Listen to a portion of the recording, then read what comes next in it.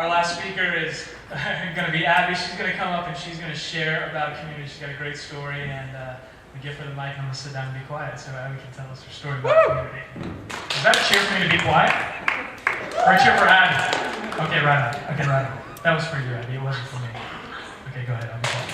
Well, that's table 10. You'll hear about them in a moment.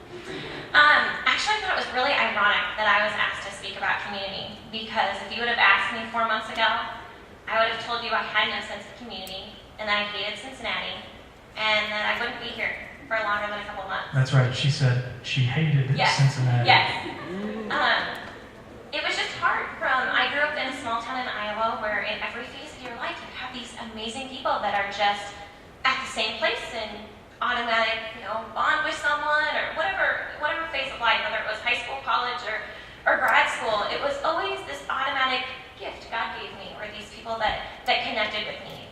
Well, I moved here all alone for a job, and I got home after my job at 5 o'clock, and it was like, all right, no community. What should I fill my time with? And so, what do you fill your time with? These random to-do lists of, let's do my laundry, or let's go and do dishes, or do these random trips to Target because you forgot that one silly thing, just to fill up your time. At that point, I was living in a not-so-great situation, and my roommate had suggested I started going to Crossroads. Well, I started going to Crossroads, and I liked sneaking by the new to Crossroads people, ducking in, being a part of the whole, but not really a part of the whole, not engaging in anyone, and not really accepting any of it either. So it was actually me coming to Crossroads to study one day for my boards that probably the first random act of kindness really brought me to stay in Cincinnati for one, and to be a part of Crossroads and eventually pursue. The random act of kindness was from a girl named Tara Evans. She interrupted me studying, stuck out her hand and said, "Hi, my name is Tara," and she invested in me for 20 minutes. Didn't look around for another friend that may have been a little bit more fun to talk to, or that she knew a little bit more. She just sat down and invested in a complete stranger. And then, we exchanged phone numbers, and she started to invite me out to different events. And it wasn't until maybe a couple weeks later that I got my first taste of what community could be like here at Crossroads and here in Cincinnati. I got invited out to dinner with Brandon Snow and Sean and Danny and Tara and her boyfriend Lucas. And it was the first time I felt like I belonged in a really long time. And especially after being lonely for a couple months here in a brand new city by myself. And it took them just talking to me, and we sang songs, and Danny actually played for us. And it was a great experience. I remember going home and I was like, wow, if this is what Pursuit could be like, and if this is what Crossroads could be like, thank you, God. Thank you for these people. And it wasn't until I came to Pursuit, waited patiently for a couple weeks, and found such a big blessing in my life was my table 10, my small group. It was an immediate sense of community, immediate love. And I can honestly say I feel like I'm part of a family, that people are investing in me and breaking outside themselves to invite me out to things, or to just give me a hug at the end of a long day, or at the start of small group every week. It was such a blessing to not only grow in a sense of community, but to learn about myself and learn about this amazing kingdom that God has for us. But sometimes it's not always easy to experience it as an individual. We walk through, Target, or we walk through the mall or something like that, and you phase it into a crowd. You see maybe someone that's lost. And instead of going and saying, "Hey, how can I help you?" tend to walk on by.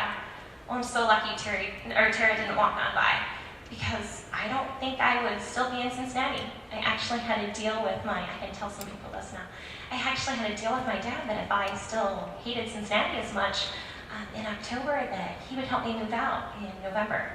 And I am proud to say that it is November 12th, and I'm here to stay, and I like it here. And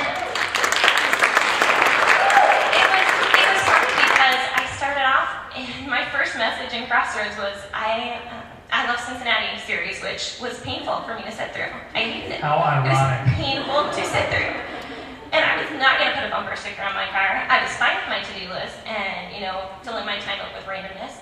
And I was fine with that. So it took people to engage in me, and I think that's the biggest lesson that I've learned, is that you can't fill your life up with random acts, that it's okay if your car is dirty, and it's okay if your room is dirty, whatever have you. Because odds are, if your life is array and those kind of mindless to-do task things, that you're engaging in the others and being a part of something bigger and a part of his mission and a part of his vision and doing more than just a random to-do. So, when you were here and you were working, you had other priorities that you were taking some of your time, but in that gap of time, the one thing you wanted was true, deep community.